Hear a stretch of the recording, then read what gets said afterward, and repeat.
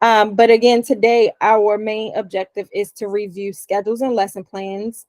Um, for your housekeeping, because we are in a virtual setting, as someone stated with the chat box, it's going to look different if you are on a computer versus a tablet or an iPad. But the important functions are going to be at the bottom. You have your mute and unmute button. Please feel free to take yourself off of mute when it's time to share out, or if you have any questions, comments, or concerns throughout the training presentation. You can also use your chat box. I am on two different devices, so if you put something in the chat, I should be able to see it. Also, you have the raised hand feature. So if you want to raise your hand, we are in a smaller setting, so you don't have to raise your hand if you don't want to. You can just simply take yourself off of mute. Um, as the facilitator, I do have the option to share my screen, which you all are seeing now. So I am sharing my screen. As Victoria stated at the bottom, you do have an icon with a person with a number. It just shows the amount of people that are in our training session today. Again, the extra person or the extra account that you see, it is me because I am on two different devices.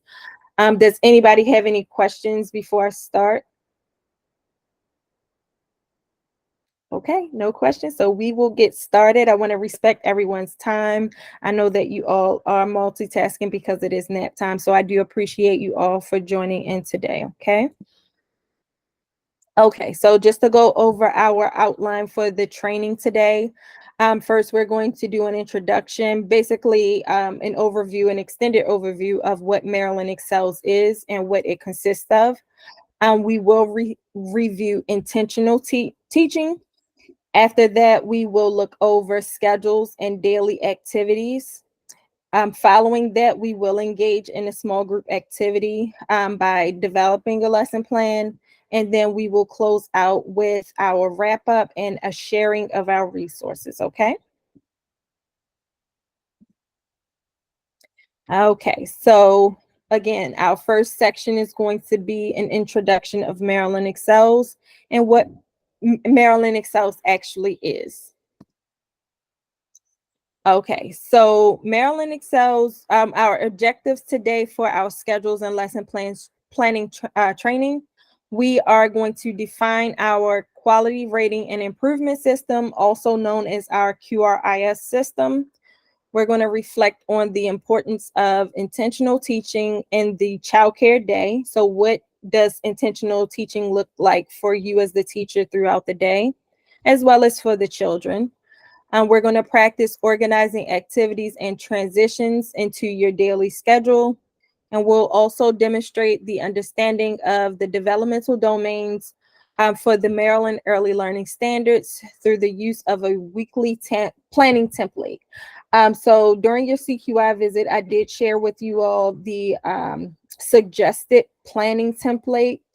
I know that you all are using a set curriculum. And with your curriculum, you do have a lesson planning template, but we'll use the suggested planning template. Again, it is just a suggestion to help you be able to intentionally plan those learning activities and to individualize your learning activities for the children throughout the day.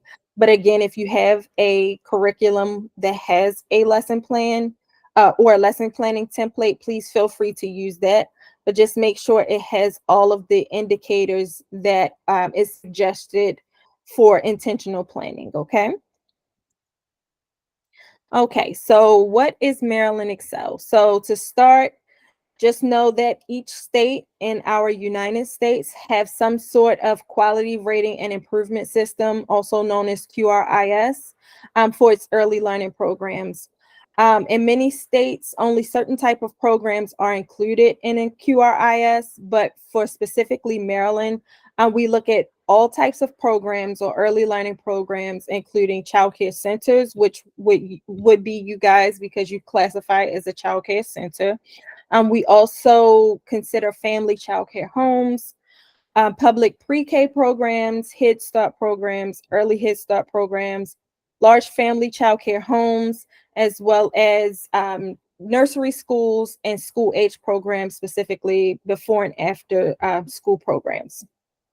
The key to QRIS is quality and improvement, specifically improvement. We want to make sure that it is continuous, that you're continuously monitoring and evaluating your processes and updating them as necessary. No thing is constant. Things are ever changing, especially within your program. Think of your program as a system. So you want to make sure with the Maryland Excels that you are not only monitoring your practices, but you're also communicating the services that are available to your families. Maryland Excels, we do encourage you to not only participate, but to also increase the level of quality that you provide to not only your staff, but your children, as well as your families, in order to help everyone synchronously achieve high quality and achieve excellence. Maryland Excels, we do also provide families with information and access to different choices, such as Child Care Scholarship. For Child Care Scholarship, families do get the notification that they must be reimbursed by enrolling their child into a Maryland Excels participating program. You have to participate in Maryland Excels in order to be eligible to accept Child Care Scholarship. So we do, once you achieve a rating, and once you are participating with Maryland Excels, your information is shared on our website. So when families are looking for childcare services to use their family childcare scholarship reimbursement, your program will be listed on the website. They are able to filter based off of the location, based off of your rating and other indicators. They are able to search for programs that way. Again, Maryland Excels is on a scaled rating system. We rate from 1 to 5. Even though you may be at a level 1, they can see other areas where you may score higher in based off of our content areas. So again, you continuously work on your rating, even though you have an overall rating. Never let that stop you from continuing to increase your rating overall. Okay. And again, the I in QRIS, we definitely signify we want to offer support for your programs to increase the overall quality of your program. Again, some supports that we offer evidence-based support. I'm sorry, I'm going backwards. We offer evidence-based supports. We have financial rewards such as the Maryland Excels bonus. Once you get to higher levels with Maryland Excels and you do accept Child Care Scholarship, you'll receive what's considered tiered reimbursement. So on top of the face value of your Child Care Scholarship payment, you'll get an additional percentage based off of the child's age and based off of your overall quality rating. We do provide you with a roadmap to growth. Again, there are 5 different levels with Maryland Excels. You do have 5 different content areas, and you have various standards within each content area. But the support of your quality assurance specialist, which is myself, and your program coordinator, we are here to help navigate you throughout the journey of increasing your rating with Maryland Excels and implementing overall quality within your program. We also offer different promotional tools. So you may see us in the community. You may see us online on different social media platforms. We do have our website. You may see us in Tuesday Tidbits, which is our email marketing tool. So there are different promotional outlets that we use in order to not only promote Maryland Excels overall, but to promote your program as well. Okay, so again, continuous quality, it is a cycle. There are 3 processes in this cycle that you want to make sure that you are continuously exhibiting or reviewing so that you can make sure that you are continuously improving your quality in your program. The first is to assess. So you want to make sure that you look at the overall picture of your program and assess what you are currently implementing, and the next will be to improve. So how can you improve on those practices? And whatever you improve, you want to make sure you communicate. So Victoria, whenever you implement something, let's say for instance, your schedules and lesson planning training today, you've already assessed that you want to improve your schedules and lesson planning practices. You've taken the next step by scheduling the training for your staff. And then the next, you communicate those changes to your staff so that they will know what implementations are going to be put in place moving forward when it comes to your schedules and lesson planning process. Again, no program is ever perfect. We all have room for growth. Even myself, I'm not in a classroom, but continuous cycle is something that you can apply to your everyday life, in addition to your professional life as well.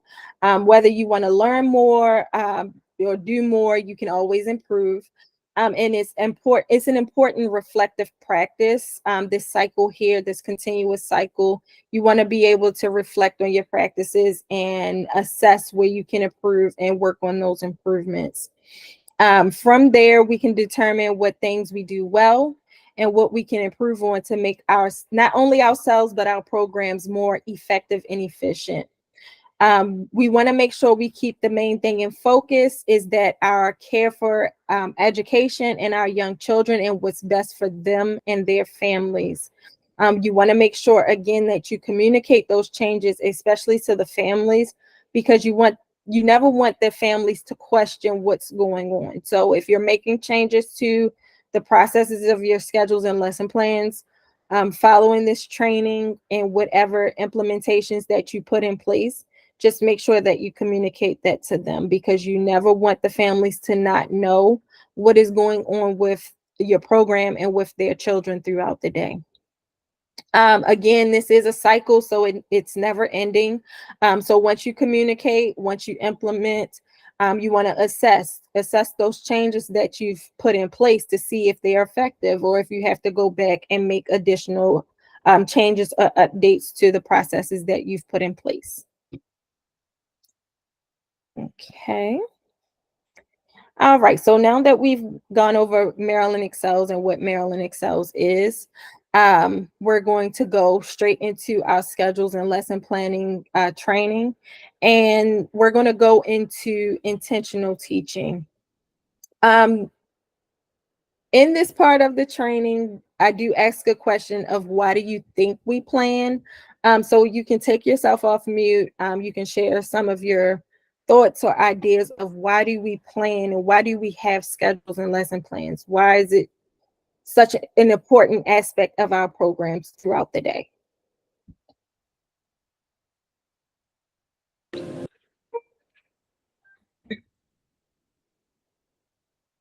Well, I think the reason we have lesson plans is to help us stay on track with covering all the information we need to pass on to our students. It also gives us like a screenshot. It kind of helps us to um, keep our classroom running organized.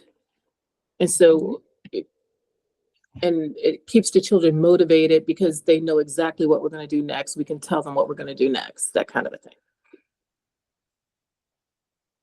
Absolutely. Thank you for sharing. So I heard two key words there: organized and motivated. You definitely want to make sure that you have an organized system for your processes throughout the day, because again, that in turn keeps the children motivated, and more importantly, it keeps them balanced, and it has something that they can expect each day. So of course, if you don't know what to expect, children's brains are wired, they're learning to connect their wires in their brain, so they have to have familiarity. They have to have something that's familiar to them. They have to have consistency, so that definitely keeps them motivated. Okay. Did anyone else want to share before we move forward?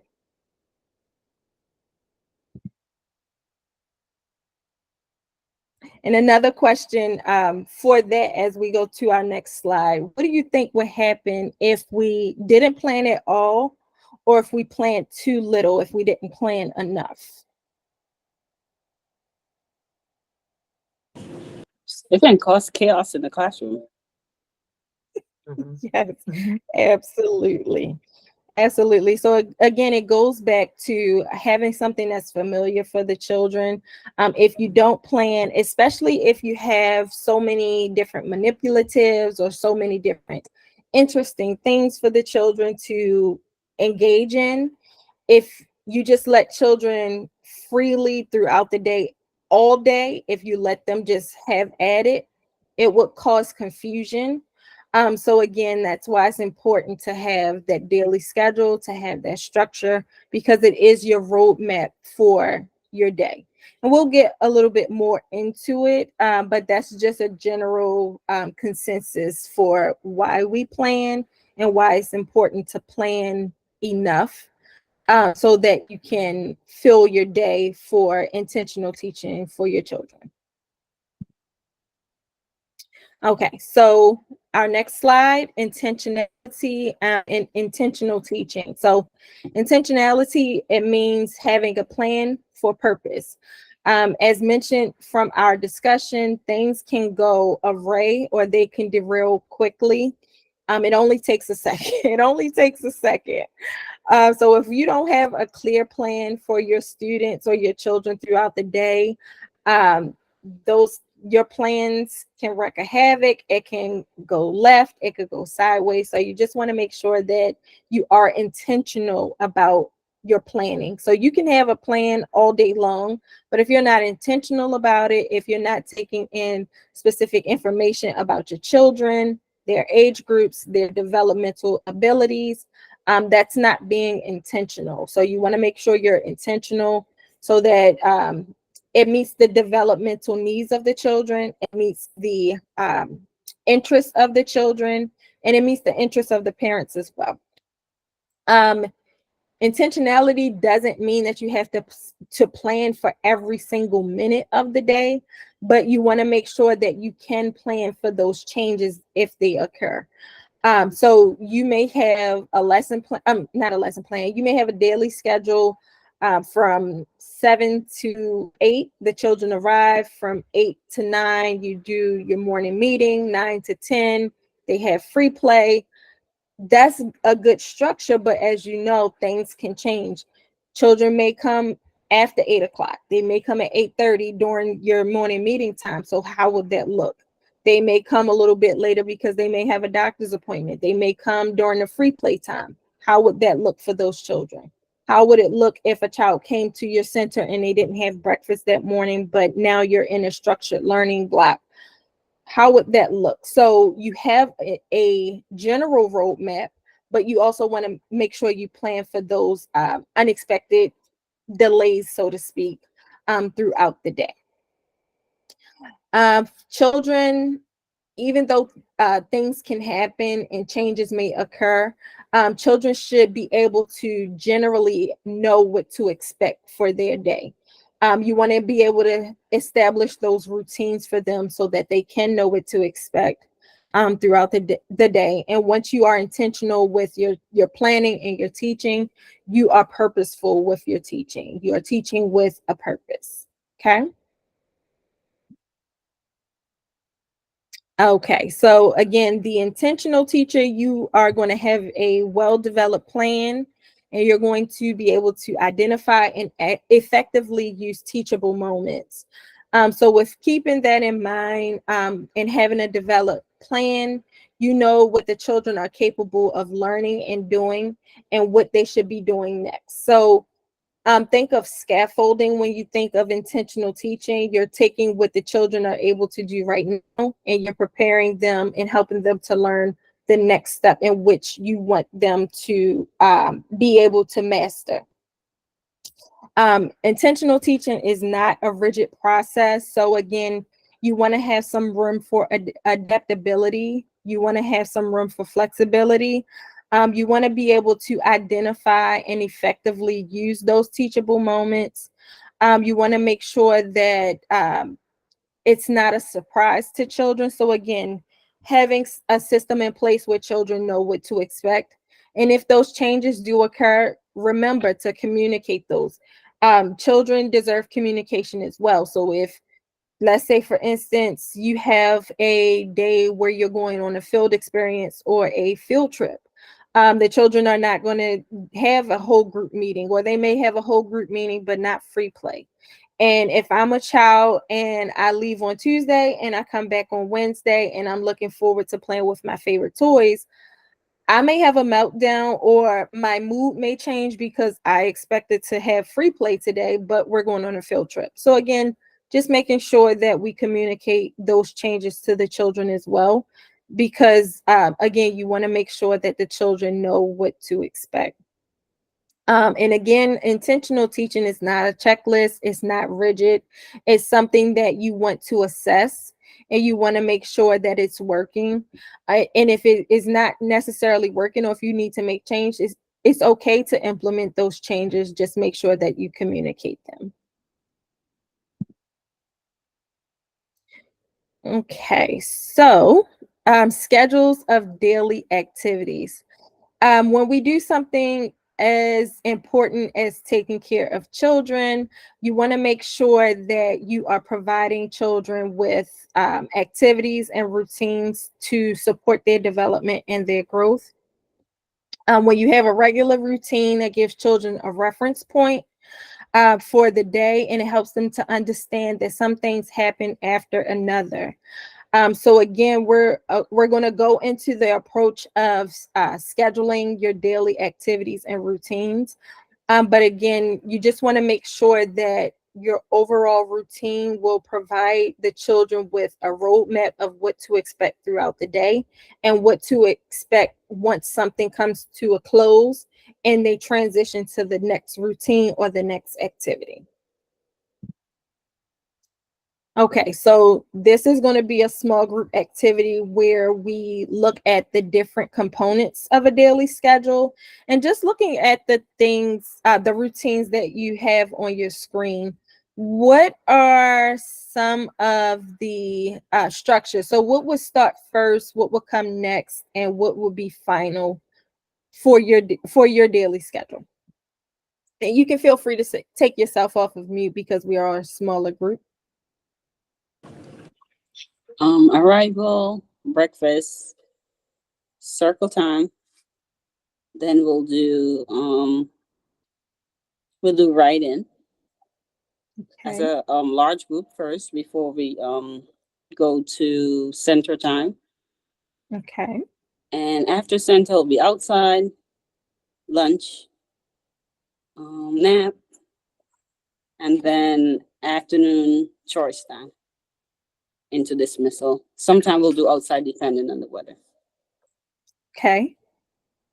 Awesome. And then again, some of these things can repeat themselves because again, after nap time or after lunch time, you may go back into a small group activity. You may go back into a whole group activity. You may go back outside. I mean, it is recommended that the children go outside at least once a day, but best practice is at least twice a day. So again, that's going to be something that may be on your daily schedule twice. So that is a good example. Thank you for sharing that. Anyone else want to share?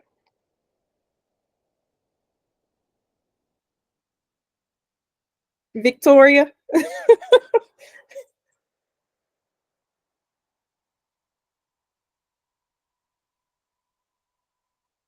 Monique, Go ahead. Yes. I have a 2-year I'm trying to put to nap. I'm all the way on the other side, but I can hear you. No It's- worries. Yeah, it's Go a ahead. little, yeah, by now I'll be talking, right? You know me. But I'm on the other side. No worries. No But I'm worries. listening. I'm in the room. Yeah, what did you Okay. ask me, Monique? Okay. The schedule is kind of different. I mean, everybody does the same schedule, just the time is slightly different. Mhm. Right. Yeah, And the then 2 also- years so schedule like a 50 minutes difference with their preschool schedule. Mhm. Yes, and also, But it's basically the same, follow the same structure for the day. right. And then also just considering your age group. So of course, an infant schedule may look different than a preschool schedule Yeah, because yeah. infants, as as they're growing and regulating their cells, they may Mhm. sleep more often, and have more rest time than a toddler schedule or a preschool schedule. Yeah. So again, theirs may look different. They may have arrival. Their lunch may be various Right. times throughout the day because, of course, if you have vital fed children, they feed on demand and not on a rigid schedule. Yeah. So meal times would look a little different. Your small group and free play hours may look a little different. Diapering and bathroom, of course, is going to look different because, again, that's more of an on-demand routine versus a structured routine for your older children. So, again, when you're developing or even just reviewing your daily schedule, just take into account the things of what comes first, what goes next, what comes last, and how that looks throughout the day and how the children are familiar with those routines. If you notice that you may have more meltdowns during certain times of your routines, that's a time to assess it and see if you can make some changes in how those changes will help the child to regulate themselves, because maybe the children don't want to do a whole group activity first thing in the morning. Maybe they want to do free play and then transition to your whole group activity or your circle time. So again, it's not meant to be rigid. It's meant to give you a roadmap, and especially for the children to know what to expect next. But again, it is always room for improvement or changes as well. Did someone raise their hand? Hey, Monique, I just wanted to add Yes. that like with the 2 years on the preschool schedule, remember you have to go back to the developmental milestones and see what is developmentally appropriate. So you have to base your Yes. lesson plan has to tie into that, because they progress from Yes. one phase to the other. So that's very important. So you have to understand each Yes. child milestone as you plan with intentionality and expectations to make sure everything aligns, because a 2-year-old may not be doing what a 3 or 4 years old can do at the moment. Even if they're in a mixed group, Yes. you have to adjust and plan based on your observation and based on what they need at the time. So everybody goes is going to be different. Absolutely. Absolutely. So just think of it again as a system. Your daily schedule, your lesson plans, your developmental milestones, and your early learning standards, they're all going to work in sync with each other. So you're absolutely right. You want to make sure that what is developmentally appropriate for the children, it should be reflective throughout your daily schedule. So again, take in consideration your age groups, take in consideration their developmental milestones, because again, you don't want to have something very rigid for an age group that is not ready for that yet. So your infants and your toddlers, they may not be ready for a more rigid daily schedule because they're not developmentally there yet. So again, just make sure you take in consideration those different aspects when you are either developing or modifying your daily schedule. Okay.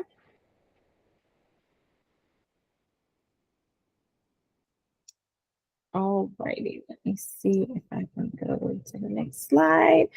All right. So again, talking about our little ones, so our infants and toddlers. So again, it's not going to look as rigid as your preschool. It's definitely not going to look as rigid as your school age children, your before and after children, because before and after children, they go to school.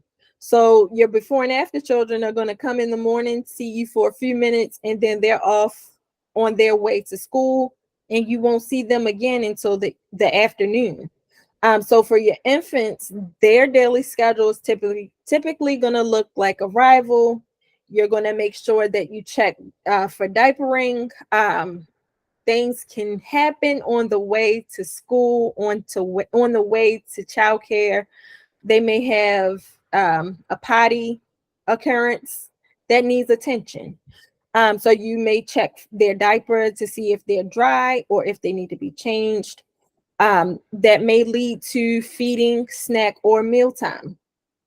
Especially if you have a super early program, if your children are getting there around 6 or 7 o'clock, that should be a mealtime for children anywhere between 7, 8, 9, 10.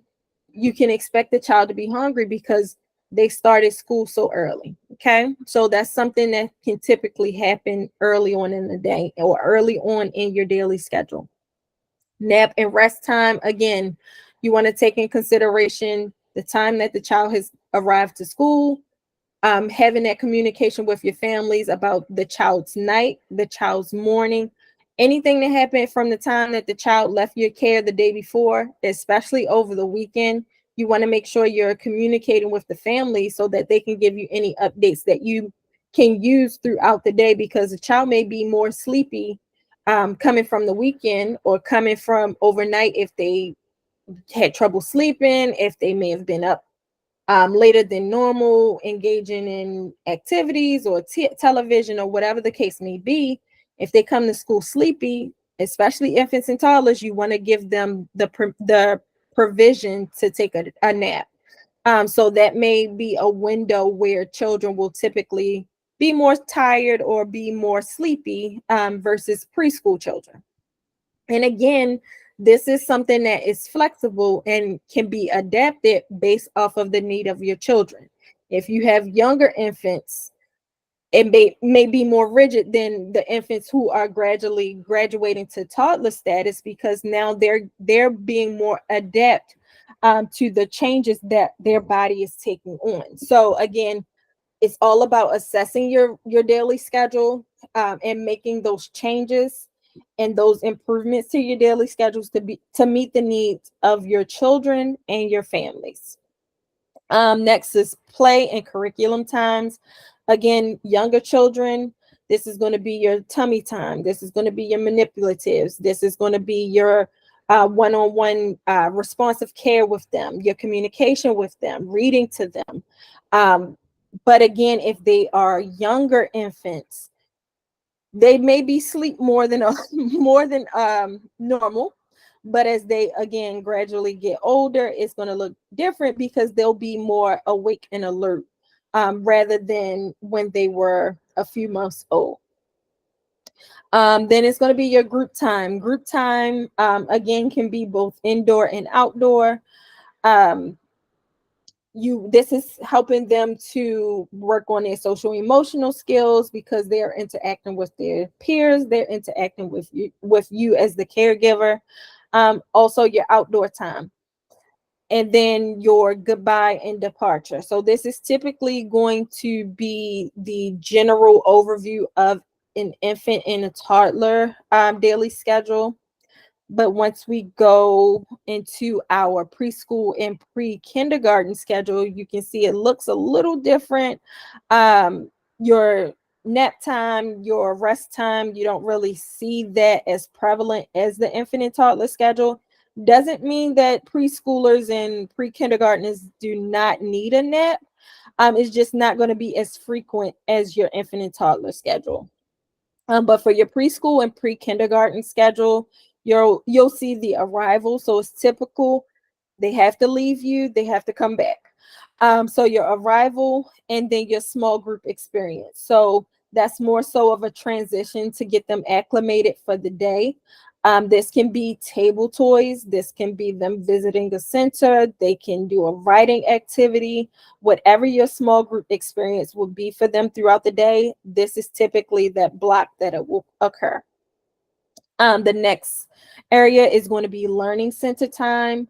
Again, if you have your daily lesson plan, you want to make sure that you plan these activities. So you may have all of the learning areas in your classroom, but you may not necessarily want the children to visit each one of those learning areas in one day. So let's say, for instance, and we'll go more into this in a little bit with the training. But let's say, for instance, you are learning about planets. When the children are transitioning in for the day, and then they are doing their small group activities following your whole group activity, you may not want them to throw balls around your classroom because you have implemented an activity for different round balls because they mirror the different planets. That may be more of an outdoor activity. So you may not have that readily available for the children because you want them to do more of a sensory activity or more of a table activity and not necessarily the ball activity that's meant for outdoors. So just making sure that what you plan on your lesson plan mirrors the routines throughout the day for your daily schedule. Next block would be independent and work time. You have your outdoor play, your snack and your meal time, specials. So again, if you are working on a specific theme, if you're working on a specific concept, you may have a special that is adapted for that. Your special can also include maybe an enrichment visitor coming in to talk about the theme that you're learning about. It may be a field experience or field trip. So whatever special adaptation you have to help the children learn the lesson plan that you are implementing, you want to make sure you have that embedded in your daily schedule when necessary as well. And then your wrap up and departure. Again, children transitioning from school to home. I like to say that the transition should be a learning experience. I do know curriculums such as creative curriculum, they do have transitions that are meant to be teachable moments. So not having your transitions be such an abrupt process, but having it as a learning experience when children go from one activity to the next. Because again, if a child is playing or if they're engaging in an activity and they're really, really interested in it, you don't want to just push a stop button on it and have the children move from that activity to the next thing. You want to give their brains time to process that now it's time to stop, or in 5 minutes, once the timer goes off or once the YouTube countdown special effect goes off, I know that it's time to stop and I know that it's time to go to the next activity. As I mentioned, creative curriculum have what's called Mighty Minutes. And Mighty Minutes, they're meant to be embedded in your lesson plan as a learning activity. So once the children come down from their countdown from the activity, that transition is going to be an actual quick lesson, and it's again, it's a Mighty Minute. It could be a minute, it could be 3 minutes, it could be 5 minutes, but it's meant to transition the child from this enriching activity that is structured and planned into a more learning activity to transition from that activity to the next activity or routine. Victoria can give you more information about that if you all do decide to use creative curriculum and implement those transitions throughout the day. But it is something that you can include in your lesson plans as an activity to help the children transition from one routine to the next. Your daily schedule should also be adaptable and it should also be modified for your children if they have a special need, a special healthcare need, a disability, an IEP, or an IFSP. And I'll go over each one of those things now. So if they have an IEP is an individualized education plan. So if they have been assessed and if they have been diagnosed with needing an IEP, typically what will happen, an IEP is a legally binding document. So we encourage programs and teachers to have an IEP/IFSP policy in place where you are requesting these documents from the family, because although they are an educational plan for the children, by law, the family do not have to share it with anyone because it is a legally binding document for their child. But it will help you as the educator to individualize and tailor those activities and lessons for your children so that you are meeting those needs that are inside of the education plan. The same thing with IFSP. So IFSP is going to be a little different. It's considered an individualized family service plan. An IEP is for children 3 and above. An IFSP is for children birth to age 3. They both have the diagnostics of the assessment that the children had previously, and the outcomes of their special need that they need individualization for. So again, your program that you do have an IFSP, IEP request, as I have worked with Victoria in establishing that. So if you don't have any children at the time who may have one of those educational plans, it does not mean that you won't have a child in the future who may have that. So going back to your routines, your daily schedule, and your daily lesson plans, you want to make sure that they are always adaptable for children who may have those educational plans, because you want to make sure that you individualize to meet their specific needs.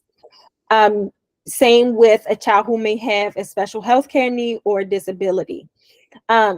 Your daily schedule as a whole, as a tangible product. If you have a child with a visual impairment, you want to make sure that the child is able to see the daily schedule. You want to make sure it's big and bright and bold letters or big letters so that they can see it. Same with a child who may have a hearing impairment. You may have the visual schedule posted, but you may say what's next so the child can hear it. You may use a karaoke machine with a microphone to say it so that child can hear you, because you don't want their impairment, whether it's visual, whether it's sensory, whether it's hearing, don't want that to limit what they're able to experience and what they're able to do throughout the day in your classroom. And also within the actual daily schedule, you want to make sure that each one of these routines, as well as your daily lesson plan, you want to make sure that they're always beneficial and adapted to those children who may need those additional supports.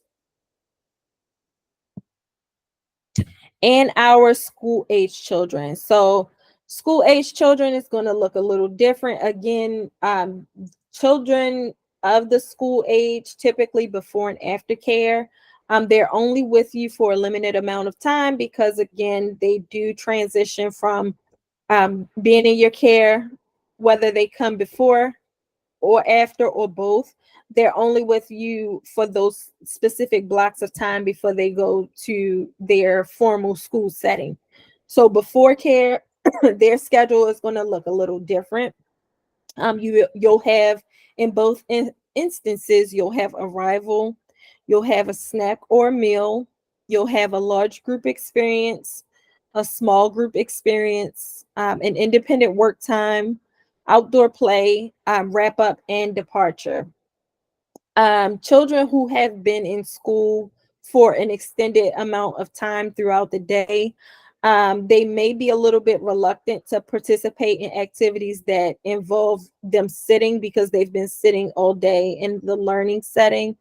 So you want to make sure that you provide them opportunities to move around. You want to make sure that you provide fun and engaging activities for them to engage in. You should be able to recognize that children who may have been in a school setting all day, they may have eaten several times throughout the day, so they may not necessarily be hungry when they get to your care. They could want a snack, they might want a meal. Again, it depends on different factors that may have taken place throughout the day.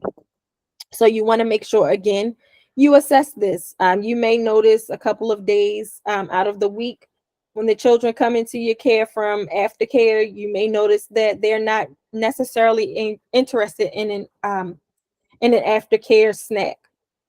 So you may make a minor change to your daily schedule for that.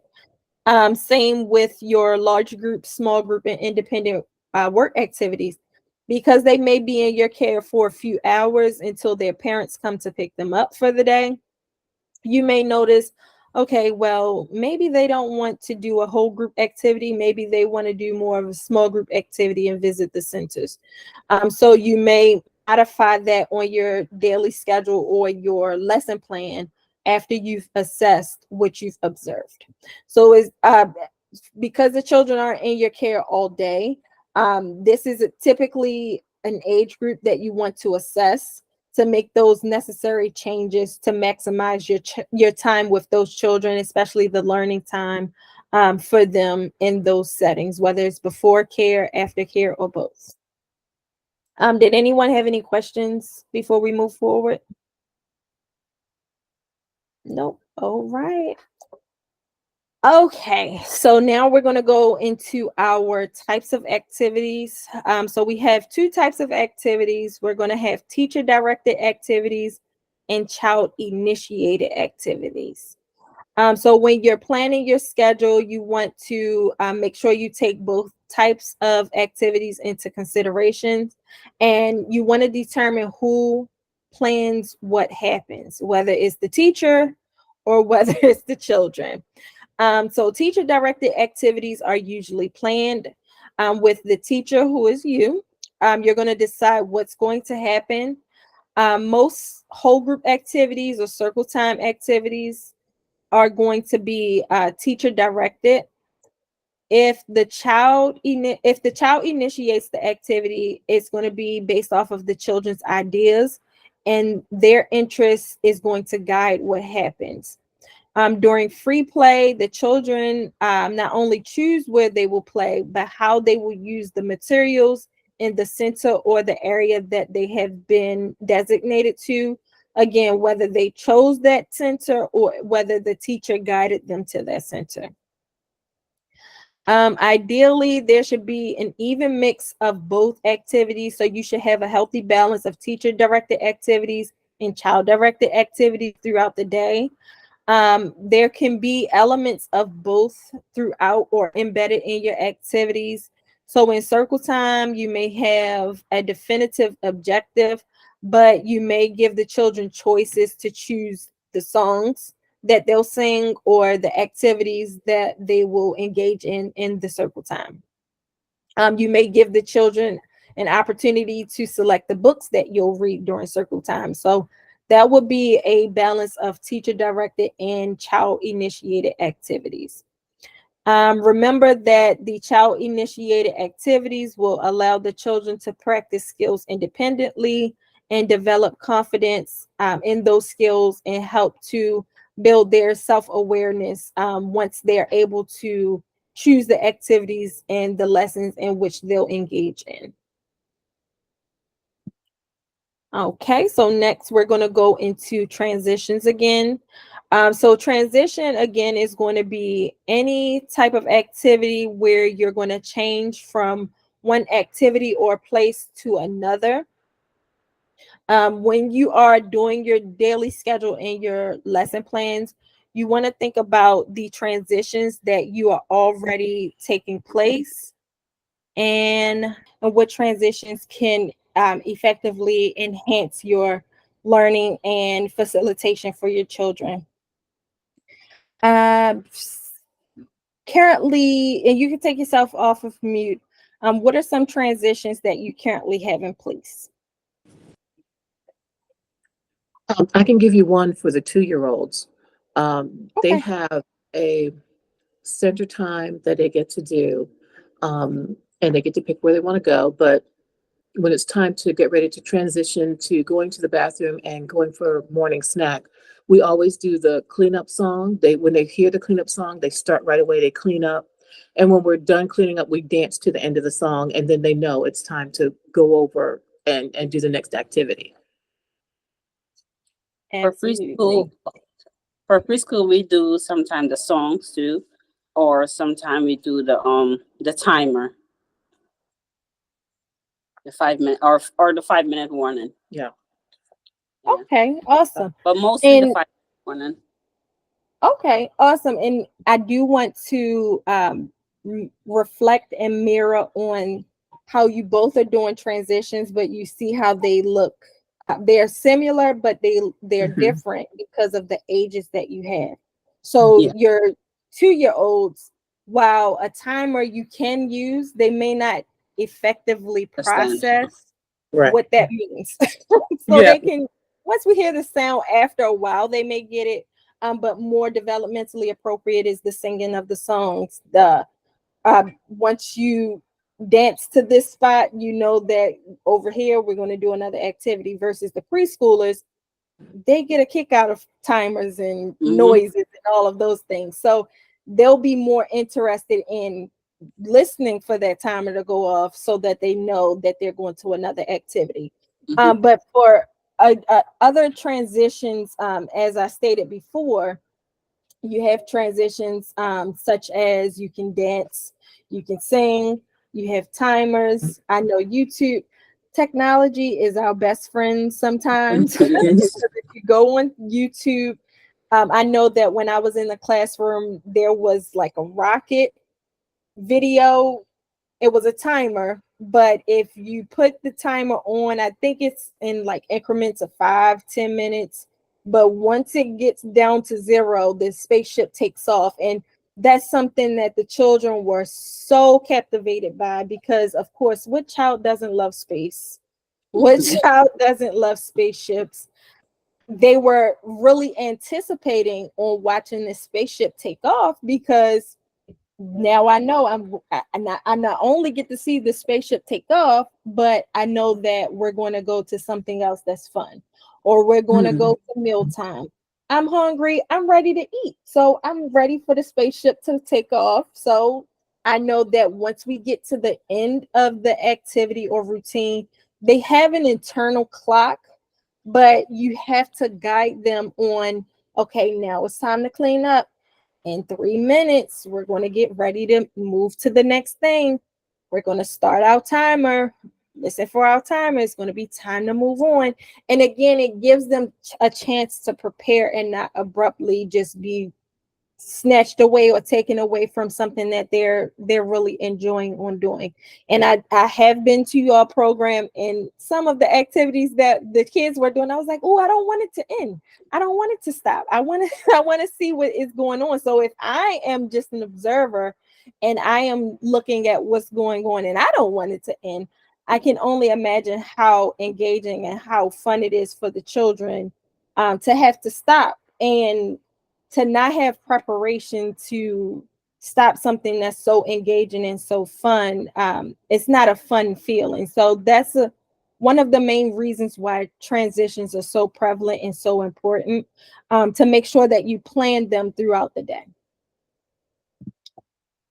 Okay, so we are just sailing on through our training. So the next thing we are going to do is we're going to look at what happens within the daily schedule when we intentionally plan. So this is going to be an activity where, well, once we go through this, we're going to go through the learning domains, and then we're actually going to look at the lesson planning template. We'll select a theme together, and then we're going to look at the domains and the days of the week, and then we'll go ahead and create our own lesson plan for our training. Okay. So as we go into planning, you want to think about what do we want each child to learn. So as we start planning, it's important that we have a purpose for what we are planning for. So that's where intentionality comes in. And we want to make sure that we ask ourselves these important questions. The first with being, what do you want the children to learn? So why am I teaching? Why am I making this lesson plan? What am I supposed to do?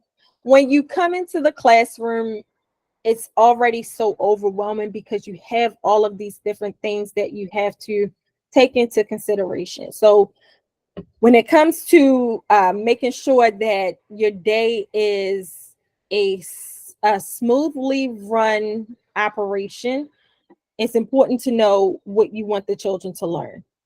When you take that in consideration, that also entails what the children are already able to do, what background knowledge they already come with, what did we learn last week, what did we learn last month, what did we learn yesterday, what do I need to reinforce, what do I need to revisit. Again, if you have those children who may have an IEP or an IFSP, or even if they haven't been diagnosed yet, or if they haven't been assessed yet, just your general observations, excuse me, your general observations, you can gather information to see what a child may have mastered. You can see what they may need additional support in, and this will help you to structure your lesson plan. So again, what do you want the children to learn? This is where all of that background information is going to come into play, including your observations and assessments. The next question you want to ask yourself is, how will we know when each student has learned what I wanted them to learn, or what the intention of them to learn? How will you know it's been learned? Again, this is your assessments. This is your observations. You're going to make your lesson plan. You're going to make those individualized plans, but you need to continuously assess it in order to ensure that what you wanted the children to learn, they actually learned it. So Victoria did mention the developmental checkpoints. We've mentioned the developmental milestones and early learning standards.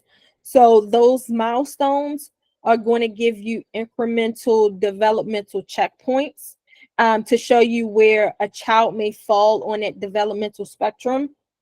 So if you have a child at point A, eventually you're going to want them to get to point B and point C. So you need to know where they fall on that spectrum in order to know where they should be in their next step of that journey. Okay, and then, excuse me, how will we respond when a student has difficulty in learning? So if you want a child to write the letter B and they keep writing the letter P, so not only is it backwards, it's upside down as well. What will you do in order to help that child master writing the letter B? So it's a lot of things that we have to take into consideration here. Is the child ready to write?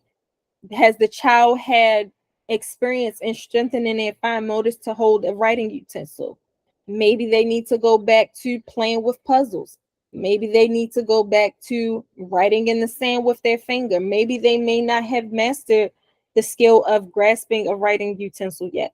Or maybe they may not have had the experience of writing a formal letter on a piece of paper yet.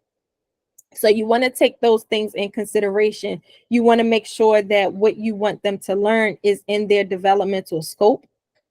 So again, you don't want you're not going to expect a toddler to be able to write their name, versus in a preschool classroom, they may begin to show signs of interest and ability in writing. So you're going to introduce those writing materials to them. But again, if they are a novice in learning this activity or routine, you shouldn't expect them to master it right away. So when you observe that difficulty, you want to make sure you adapt it so that the child can not only experience it, but eventually master it. So that's where you have your scaffolding come in.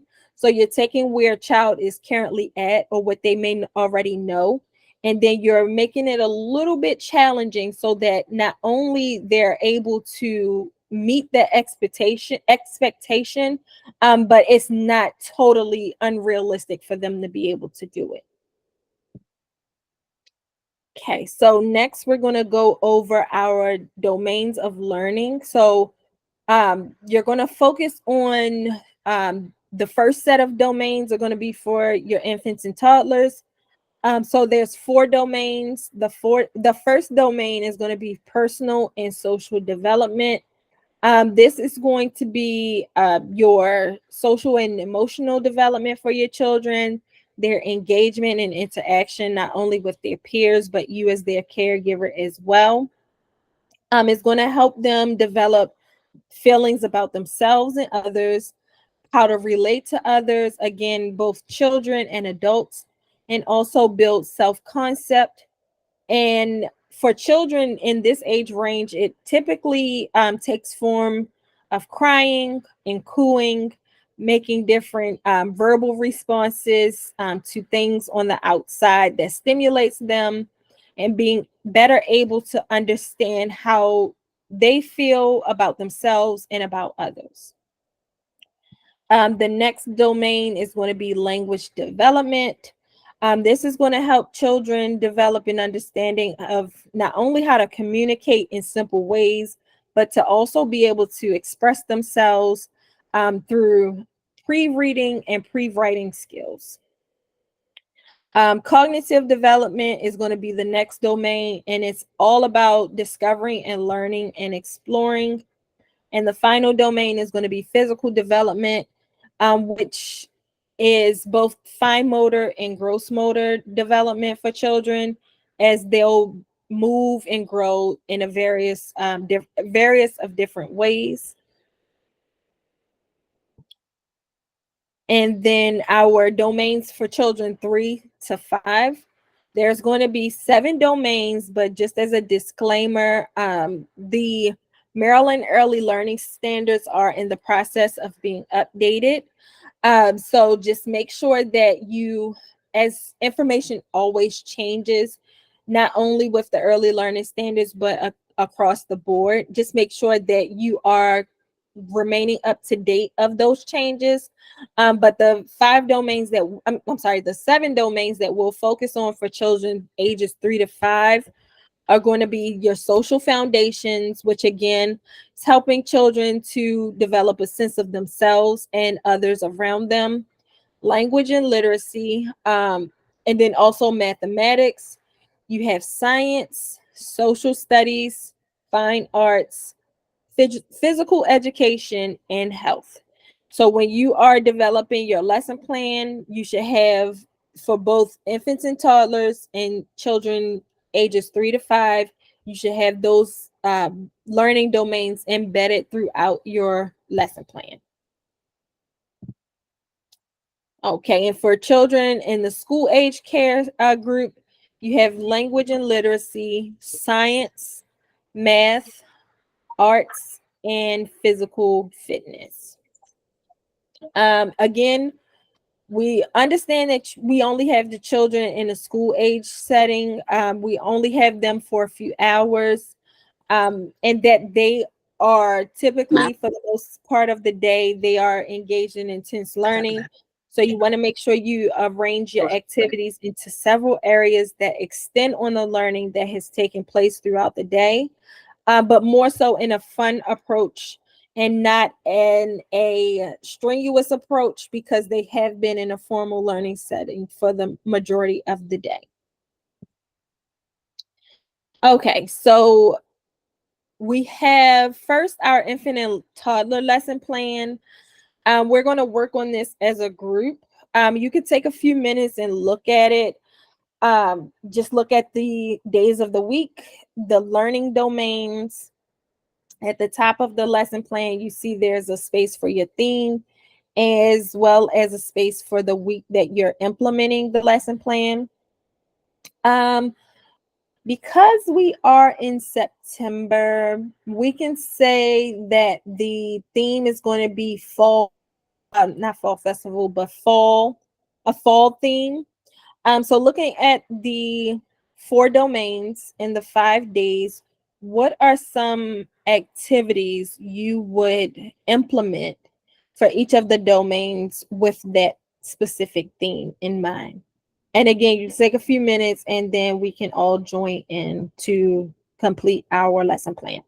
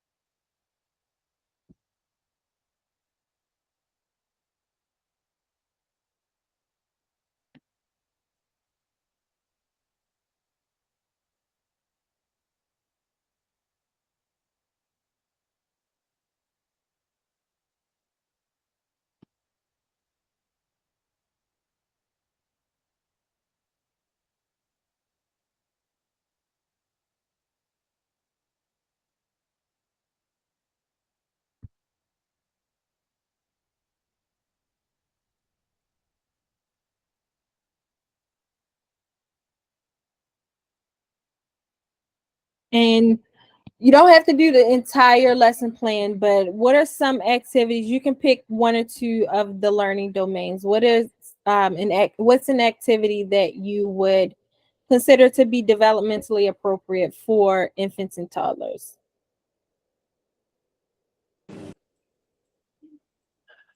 Well, I was thinking for language and development, Mm-hmm. we would pick a bunch of different types of leaves and we would actually write the word leaves and underneath it so they know that the word leaf means what the leaves are. If that's one. Also colors, like show them different fall colors. Okay. Yeah. Or having toys that are associated with the colors. What's The nice, I color. would do sensory, Yeah. like texture. Corn. You can do like the corn or beans or something. Okay, so it sounds like it's a combination of some overlapping with the domains. So if we're going out and we're feeling the leaves, that's more so Mhm. physical because you're working on your fine motor. If we're talking about the colors, the textures, anything dealing with the physical description of the leaves, that's more so cognitive. And then if we're identifying letters, words, reading stories about leaves or singing songs about leaves, that's more so your language development. So one important aspect is many of your activities may be multi domain based, so to speak. But you want to make sure that you focus on what do you want the children to learn. So we can go out and feel the leaves, but if I want you to identify the sounding of the word leaf, or if I want you to identify the letter L or how the letter L sounds, I'm going to put this activity in my language domain for, let's say, Tuesday, because that's going to be my overall outcome that I want the children to learn. They can feel the leaves, they can listen to the ruffling of the leaves, they can step on the leaves, they can do all of those things. But my overall activity and my outcomes that I want the children to learn is not necessarily going to be that. It's going to be us sounding out the letters in the word or singing the song so that they can learn the different tunes or the different words in the song. Even social emotional, if we're out playing with leaves, we can collect leaves, we can look at the colors, but maybe I want my children in my class to share their leaves. Maybe I want them to take the leaves and, let's say, make a card for their families. That's going to be more so personal social, because that's going to be my overall outcome for that activity and not necessarily what we're outside doing with the leaves. Now again, it can be both of those things. So we're going to make cards out of leaves for personal and social, but a little bit further down in my lesson plan for the day, we're going to take those same leaves and we're going to identify the colors and the shapes and the textures. And that's going to be my cognitive activity for the day. Okay. But those were some awesome ideas. And especially feel free to implement those or use those if they work for you and your children, because again, we are in the area of fall festivals and fall time and fall celebrations. So these are absolutely activities that you can do with your children. And then next we have individualization. So again, just a disclaimer, and I did share this with you all during your CQI visit. These are just suggestive templates that we use for training purposes and to support you with Maryland Excels. But again, if you have a structured lesson plan that you use, please feel free to use that lesson planning template. Just make sure that you have all of the required indicators on your lesson plan to help you successfully support the children in your care, meaning that you are implementing all of the domains, you're individualizing it by the children and their needs, you're identifying your materials, your learning objectives or your goals. Again, you're individualizing it. One of the main things or main concepts that I like to use or share with teachers is to, especially you all, because you're in a school setting, if you were absent for a day and someone was supposed to come in and substitute for you, you should have your lesson plan formatted where someone can just pick up your lesson plan and they don't skip a beat. They're able to look at your lesson plan and understand what you had intentionally planned for the children and able to continue with the normally scheduled routine, even though you're not there for the day. So when you're doing your lesson plans, just keep that in mind. I'm planning as if I'm going to be absent tomorrow.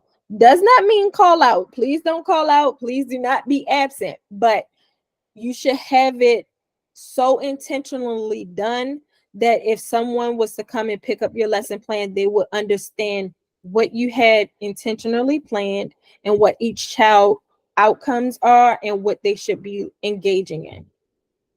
So this second page of the infant toddler lesson planning template is just that. So before we had it separated by day and domain, next we're going to have it separated by child and domain.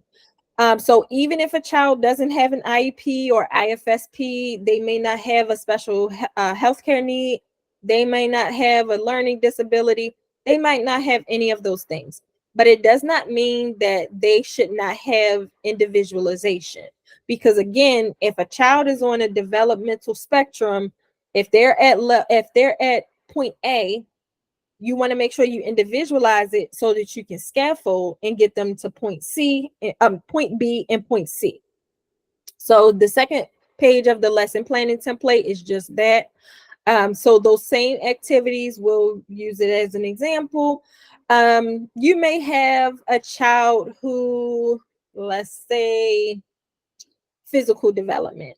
So that same leaf activity with the fine motor and they're picking up leaves, they may have difficulty with grasping pentagrasp. So your pentagrasp is going to be the your index finger and your thumb. They may have a little bit of difficulty or challenge with using those two fingers to grab things. So when you're implementing this activity, this leaf activity outside, instead of using your full hand or using two hands to scoop it up, you may encourage the child to use those two fingers to pick up the leaves.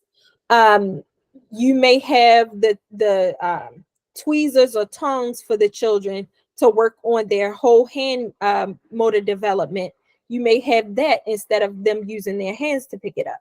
So this is a way that you can individualize for children to engage in that same activity that everyone else will do, but this is how you individualize it in order to specifically focus on a developmental need for that particular child.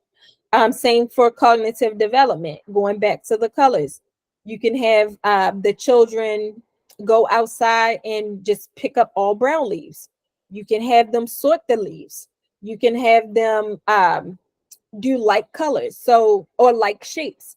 Again, this is working on the same activity, but you're now individualizing it for a specific child. You may have a child who may be transitioning to a school age program or pre-kindergarten program soon.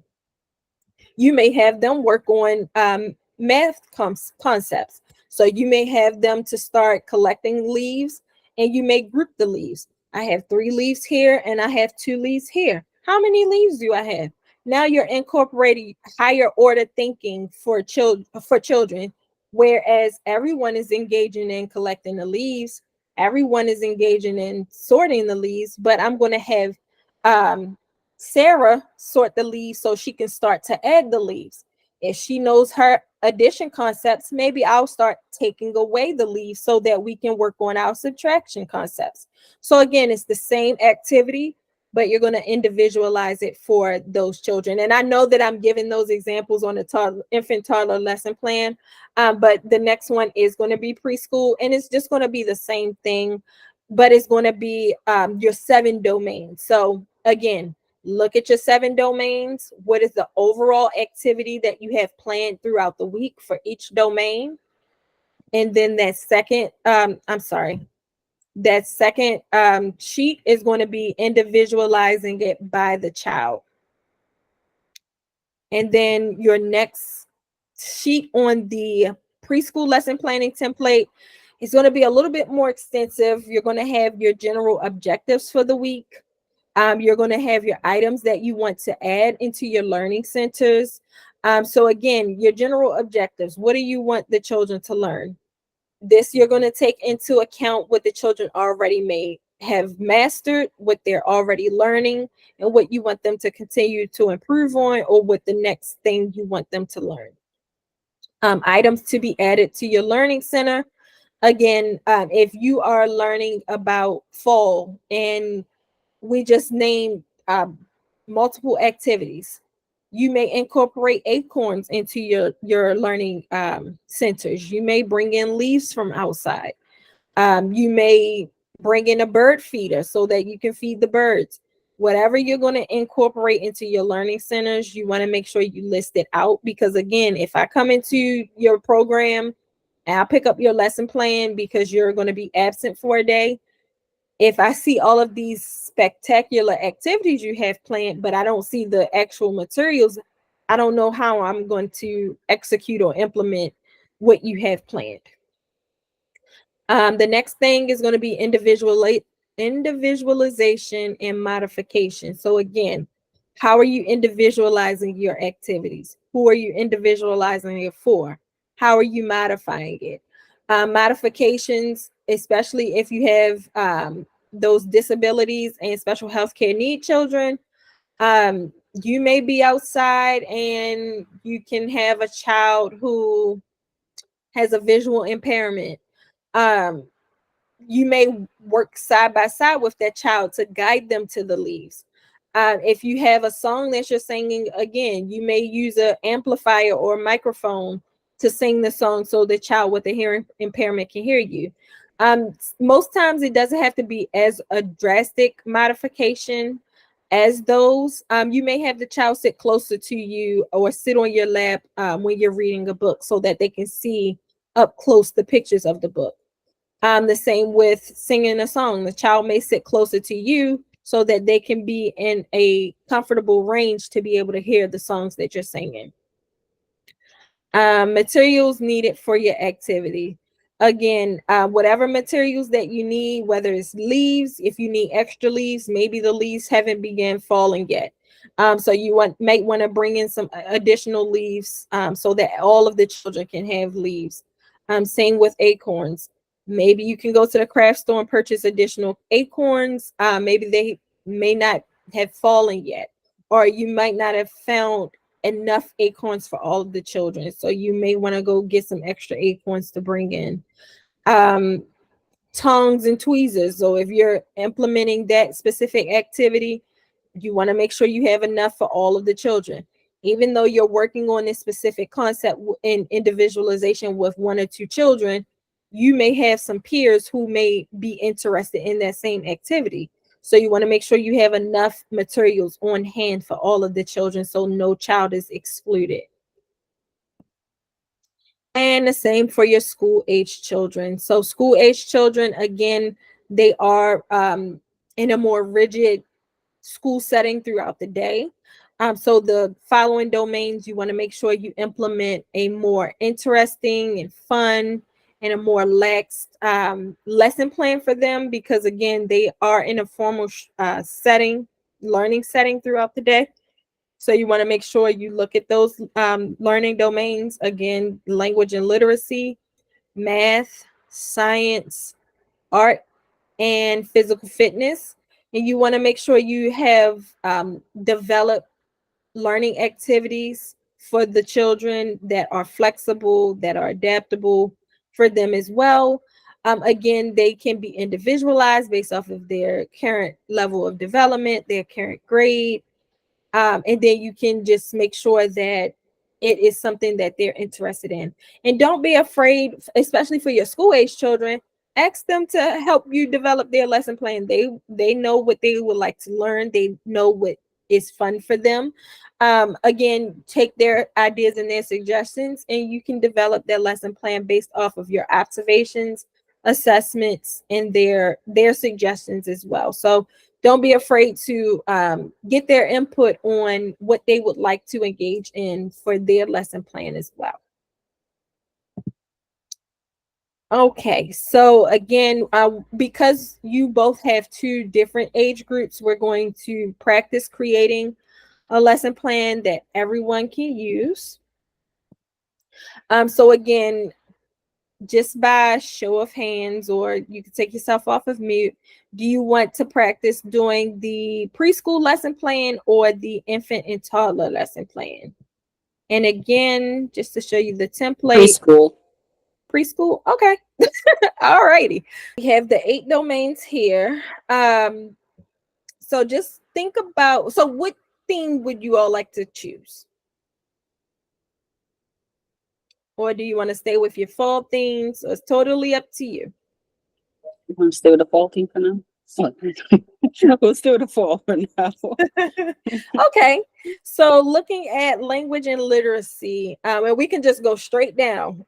Language and literacy, what are some activities that are fall themed that you would consider implementing in your lesson plan? What I'll do sometime is I'll have put out a bunch of books based off of fall and the season. So I'll have the kids sometimes, either I'll do the read aloud, or sometimes I'll have them choose a book, try to read through it on their own, even if it's just looking at the pictures or, looking at the words. And then I'll have them draw the picture of their favorite part and then tell me based off of the picture what they like about it, or, so then I'll write it on a whiteboard and then have them write it over on a those primary writing sheets, composition sheets. So I'll usually do it 2 ways. Have them do it or I'll do it and then have them tell me back based on what they like. Okay, awesome. So I heard about 3 different activities. Yeah. So I'll either have them choose a book on their own, or I'll choose one book for the entire class, and then we'll go based off of that. And that's awesome. So giving them the books, what I would suggest when you're writing your lesson plan, give a description of the activity. You can add a title. It's specifically if you're selecting books, make sure you list the name of the book. And what the goal of the activity is. So if we're reading about fall, children will read during circle time, will read Fall is Coming. And that's just the book off the top of my head. But we'll read Fall is Coming, and I'll ask the children what is their favorite season. So that could be an activity. Definitely them writing their own stories can be an activity. As children, especially preschool children, you can give them an open-ended question to answer, and that's a language and literacy activity. Typically during your morning meeting, anywhere before your story time or after your story time. What are some things you do in the fall? What's another word for fall? So there you're introducing them to the word autumn. You can introduce them to the seasons. You can introduce them to the language and the sight words of the different clothes that you wear in the what is it called? In the fall. In the fall. And again, this can turn into a more so of a social studies lesson plan, because again, if we're talking about what we wear and where we go and things we do, it's more so of a social studies as well as language and development. So some of these activities, they will repeat themselves, or you can see them again. It's no crime to have an activity repeats itself, because as we all know, children do learn through repetition. So never be afraid of using an activity multiple times. Okay. But those are awesome ideas. Write them down, because again, it's fall time. So these are activities that you can do. Okay. Thank you. No problem. So next we have mathematics, and we don't have to do the entire block by block, but just to make sure you all get the concept of it, because I do want to give you all time to do your assessment. But for mathematics, with the same fall theme in mind, what are some activities that you would implement? Well, I did something similar like this for school age and like the older preschool too. We had grafting, like having them sort the leaves, which is both science and the math component. So we had them sort the leaves, try to say like, okay, you have 5 yellow leaves, 4 brown leaves, and then we put it in a graph and have them, talk about which one have more leaf or which one have less and something like that. Yes, awesome. So you have more and less, you have graphing. Also the sorting of the sizes, you can do Yeah, sorting the by shape. colors. Yeah. That activity where you're working on your addition concept. So 3 plus 2, 3 leaves plus 2 leaves equals 5. If you want to get a little bit more advanced, you can start working on the subtraction math concepts. You can work on similar versus difference in that addition. So how many green leaves do I have? Plus how many more green leaves do I have? How many big leaves, small leaves? It's the opportunities are endless for mathematics, but those are some excellent examples. Next, we're going to go to social studies. And again, we did mention, what clothes do we wear in the fall? What are some things we can do in the fall? How is the weather, seasons? All of those things you can adapt into your social studies lesson. Same for science. You can implement some baking soda, some different materials, and see how it changes or affects the leaves. If we leave the leaves outside, how would it change? If we put it in a refrigerator, how would it change? So anything where you can see science taking place and that different concept as to changes scientifically, you can feel free to put those in there as well. Again, just making sure any of these activities that you individualize it for children based off of their developmental needs, and if they have any of those special accommodations, including an IEP or IFSP that needs additional attention. Health. So I'm gonna let you all do the health one. So what would you do for health? Money, Yes. can I add something to the leaves, like the social studies and science? Sure. Yeah, what I would what I would do or what I did in the past, like for social studies and leaves, like I would do more like I would just bring it down to the fruits that they eat and that the different trees they grow on and the different countries the fruit come from, so they can make that connection. Sometimes I would do something like that simple, Yes. or maybe we can talk about the different states and where the different fruits come from as The well, climate. and other countries. Yeah, Yes. and what Absolutely. season the fruits grow in, for science and all that. Mhm. Yeah. Mhm. Absolutely. That is awesome.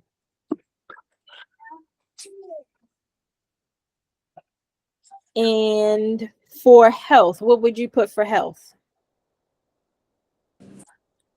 I will probably talk about something similar to like what do you wear.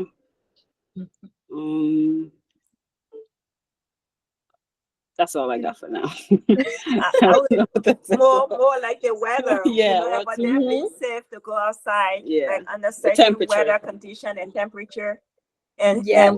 their clothes, like the right clothes for the season, so they don't get sick. And Mhm. health, we talk about like the universal precaution, but on the level, like when they're sneezing and coughing, because during certain time in fall, a lot of kids get sick and go to the doctor. As Hand it's washing. important to wash your hands and cover your sneeze and all that. Yes. Absolutely. Absolutely. Also, you can do the germ activity where you put like the Yeah, what do you call it? sand and the That, The black pepper and water, and then you add the dish soap, so it like kind of Mhm. moves. yeah, you can do the glue and all that Yeah. with the different texture thing like sand and stuff. Yeah. And it catches sticks on their hand. And you can also do, speaking of food and where different foods come from, you can do foods that you can find or During foods the that fall. are found during the fall that are Mhm. healthy. Yes. Yeah. So you can do those activities. You can have the children go apple picking. You can have them make Mhm. their own apples, give them different materials to prepare different apples, maybe cinnamon or honey. No, Mhm. no honey. I'm sorry. Some children may be allergic.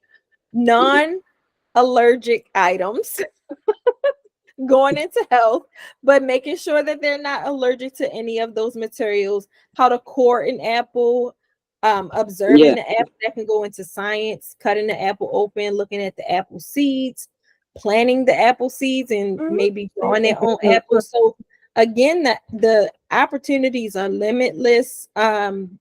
And they do cross over domains. So something that may work in health can also work in work in safety, work in science as well. Physical education.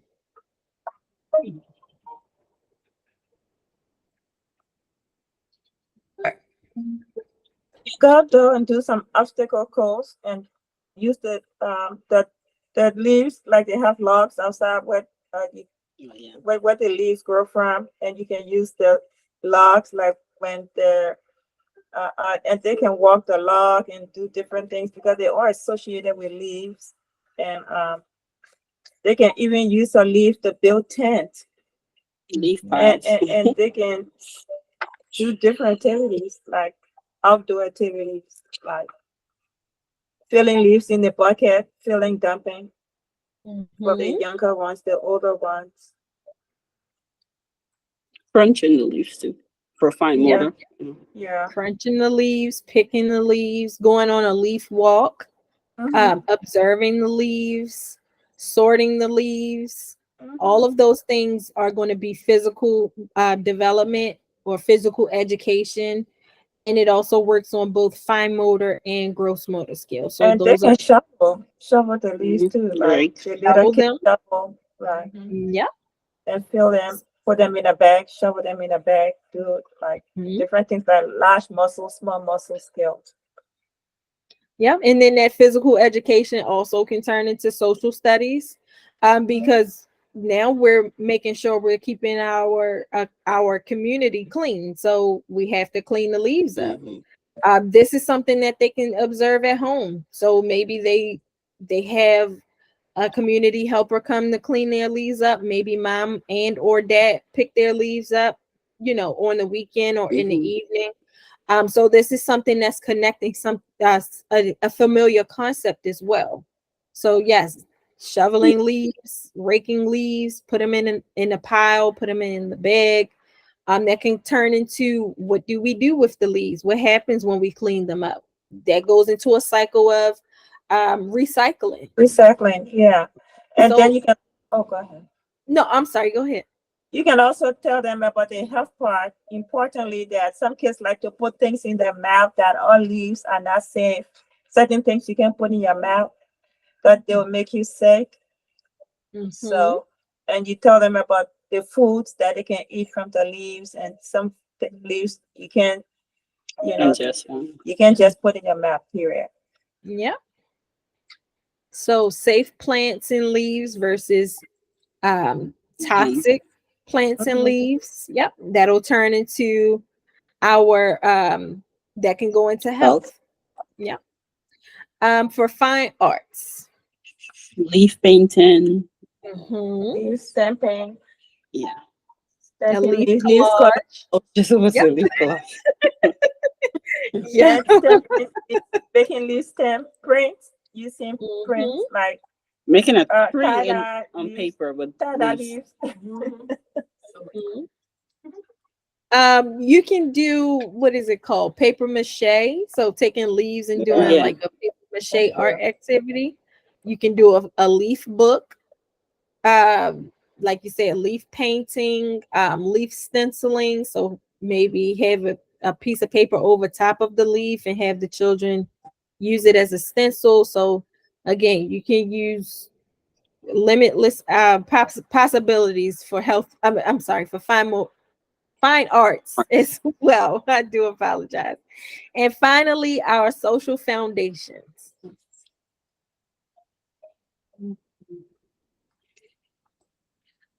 Mhm. Learning words about the leaves, like this, like initially you said the letter L, but you can make, different, uh, you can use different leaves, learn the names of different leaves to encourage communication and language development, because social foundation is more like, like developing social skills where you can pair children up to do activities with leaves Mhm. into small or large groups. Mhm. And they can talk about the leaves, and you can even do a leaf tagging game where you tag, like the tag game where they run around the playground. Oh, You can tag your friend with a leaf. Yeah. And you can also have them, once they collect their leaves, maybe they'll come back to the circle time and And they talk can look about for it. a friend that has a similar leaf as they do.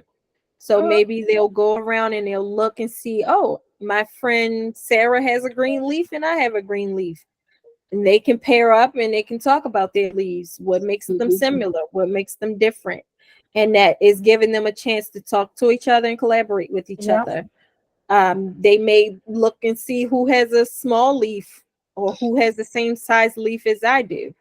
Again, that's something where they can go out and they can find another friend who has something as similar as them. And once they find that friend, you'll have those questions or you'll have that activity planned where they can collaborate with each other, whether it's through a discussion or if they go and maybe sit in a small group table and they can do an alternate activity with those leaves. Yeah. So again, as long as they're collaborating with each other and they are communicating with each other, that's building on their social foundations. And for example, you can also do a story, like for example, the leaf man, and you can use the leaf to actually make the leaf man after talking about the story. So there's a lot of activity with that aspect that can encourage social and language uh, development interaction. Awesome. So did you all find this to be helpful? Yes. Yes, Okay. absolutely. Okay. And then we're going to look quickly at the next slide. So the next slide is going to be, did it change over for you all? Yes. Okay. Alrighty. So the next one is going to be general objectives. So again, what are your objectives based off of your early learning standards, based off of your developmental milestones, and based off of your observations for the children? So what do you want the children to learn? What do you want them to know? For instance, again, you may want them to know you may want them to know that seasons change and now we're going into a new season, and like you said, now that means that we're going to change what we wear, we're going to change the way that we keep ourselves healthy, we're going to see the weather change, we're going to do some observations, we're going to look at the different activities that take place in the fall. Whatever you want the children to learn, whatever concepts, you're going to list that for your general objective. And then some items to add to your learning center. So based off of what we just discussed, you may have chart paper in your learning centers, you may have leaves, you may have those books that you mentioned, you may have at your well, within the learning center, you can have empty soap bottles because of, again, you don't want to put full soap containers in the learning centers because you don't want them to make a mess. But you can have empty soap containers so that they can practice pumping the soap pump. And they can get a general idea of, okay, we've learned about soap and hand washing. Now we have these in the dramatic play area where normally you wouldn't see a soap dispenser the dramatic play area, but if they're at the kitchen and they're practicing making a healthy meal in the dramatic play area, they can go to the sink and pump the soap pump to wash their hands or pretend to wash their hands. So those are some different items that can be added. Individualization and modifications. Again, based off of the children currently in your program, what are some things that you can do to individualize or modify to help those children learn?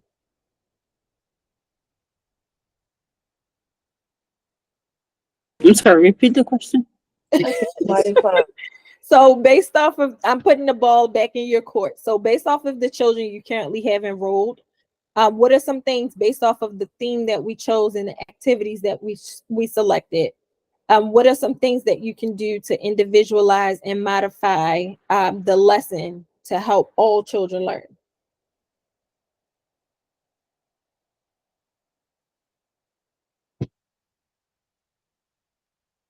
Like age appropriate, because I know for the 3 and up we have different ages, so making it, doable for the 3s, 4s, and 5s. Even though they're different, some things might be similar, some things might be at a higher level for the older students. Okay, so just making sure that if you see that a child has already grasped a concept, Mhm. just again making sure you scaffold to make it a little bit more challenging Yeah. for them so that they can learn and not be, when you have a concept or you have a learning activity that you have intended to implement, but a child may already have mastered it, they get bored quickly.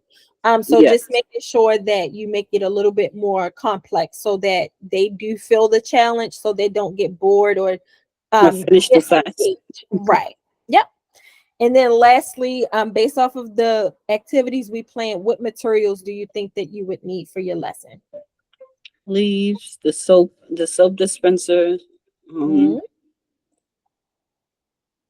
Chart paper, paper, books, bins, different bins Then for sorting. if you're going to do those health and those Things, nutrition activities, making sure you have all of your utensils, your ingredients, protective wear. If you're going to be using like forks and knives, making sure they are child friendly and child safe. So, or if you do have to cut something and it's not permitted for it to be like a child safety utensil, just making sure Yeah. it's already prepared.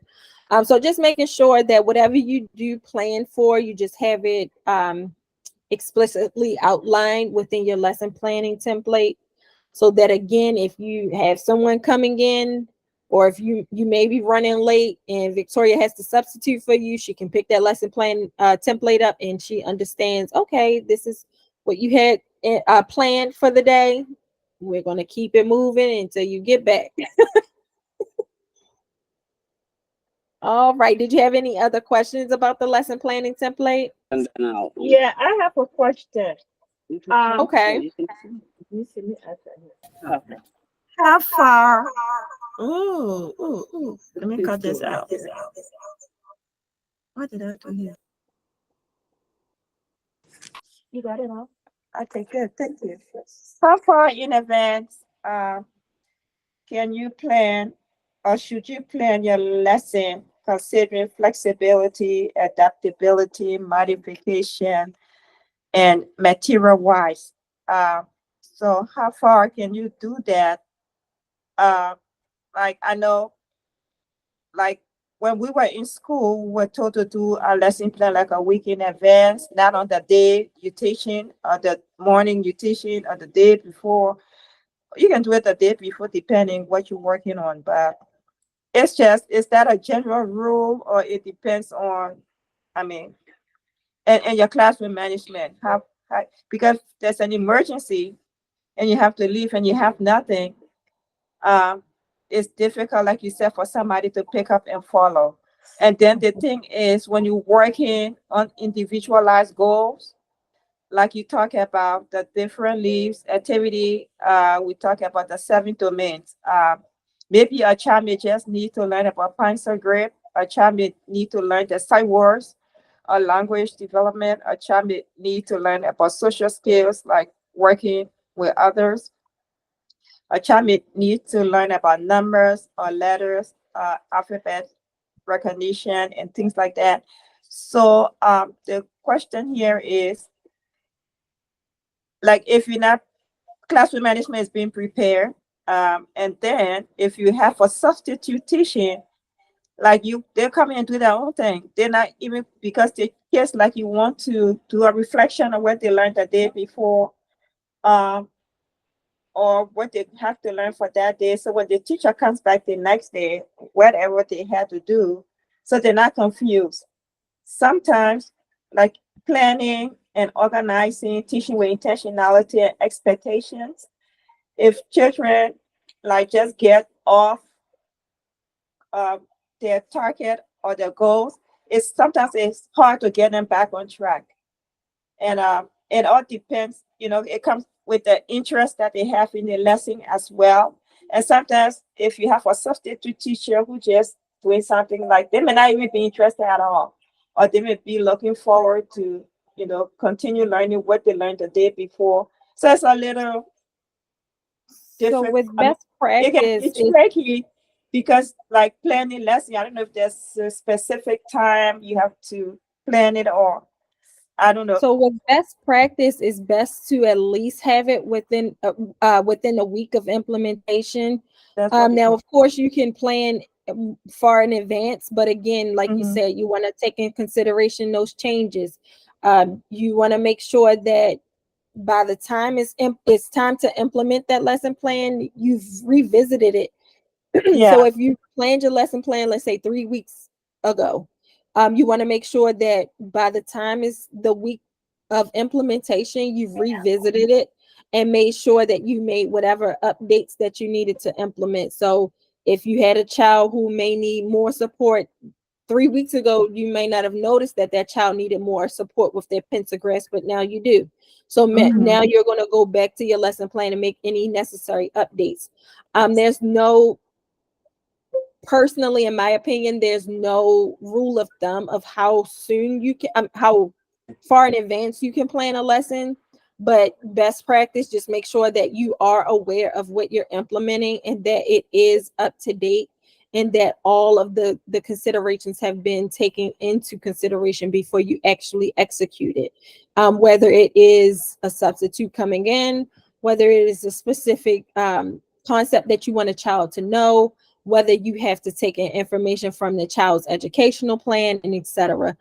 So just making sure that no matter how far in advance you do develop it, just make sure before the week of that is supposed to be executed that you revisit it and it's up to date and to your standard.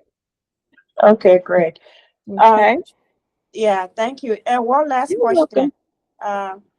I know, like, when you do large and small group activities, as far as individualized goals and planning, I know, like, to my recollection, when I was in doing the fifth study in school, I don't know if it's still practiced, but I know, like, when the children do large group and small group and centers and all that, I know the teacher will set a time and to do individualized, like, call each, like, if they're in a group, like when I was at the children learning center, like, the teacher will call one child out of the group to do one-on-one Mm-hmm. based on what they need, and then Yep. they will, and they did it every day, and Yes.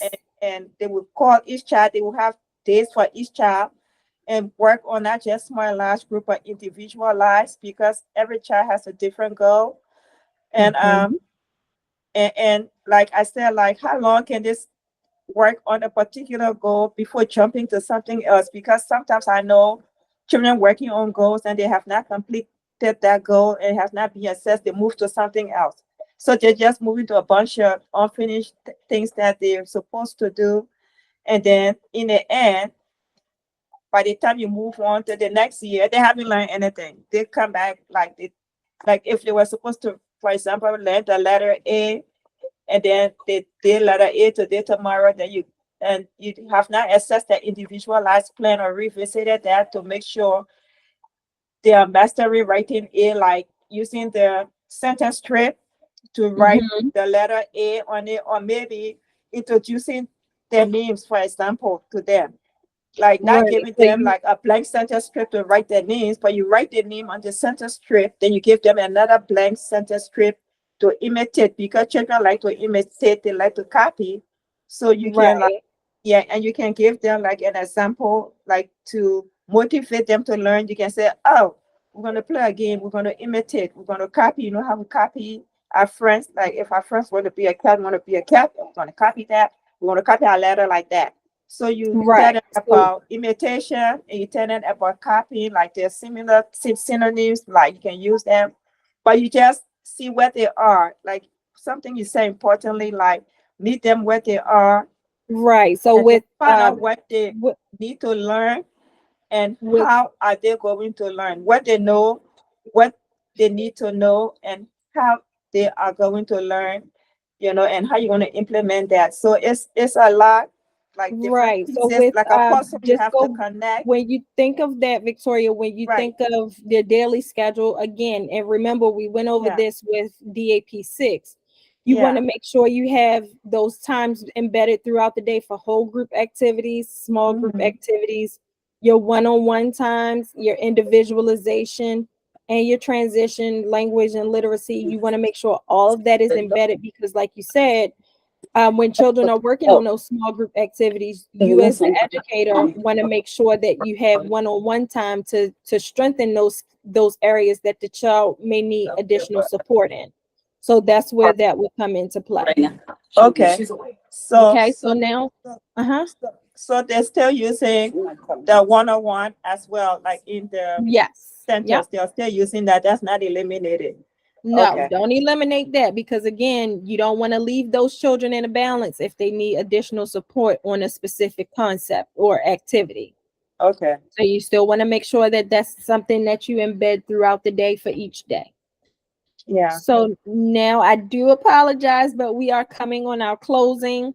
But what we have covered, we did review and define quality rating and improvement systems, which again, ours for the state of Maryland is going to be Maryland Excels. We reflected on the importance of intentional teaching in a child care day. We practice organizing activities and transitions into a daily schedule. That's what I And get. we also demonstrated an understanding of the developmental domains of the Maryland Early Learning Standards through the use of a weekly lesson planning template. Some of the resources that we have for you all, of course, again, we have Maryland Excels. I am the Maryland Excels Quality Assurance Specialist for Howard County. But we also have the website here.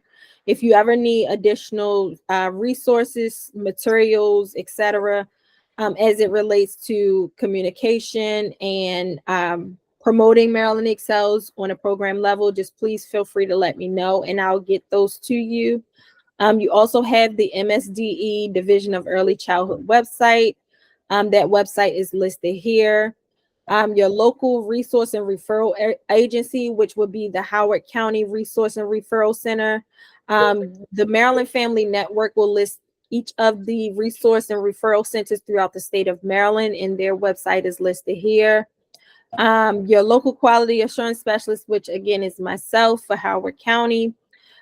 Supporting every young learner, the Maryland Guide to Pedagogy, birth to age 8. And the website is listed here. You also have the Maryland Early Learning Standards. Again, please feel free to visit this website as the standards are being updated each day. And then you also have the Kaplan Label Maker. You can visit this resource. Typically, Kaplan and other early learning stores, they do have a list of free resources on their website.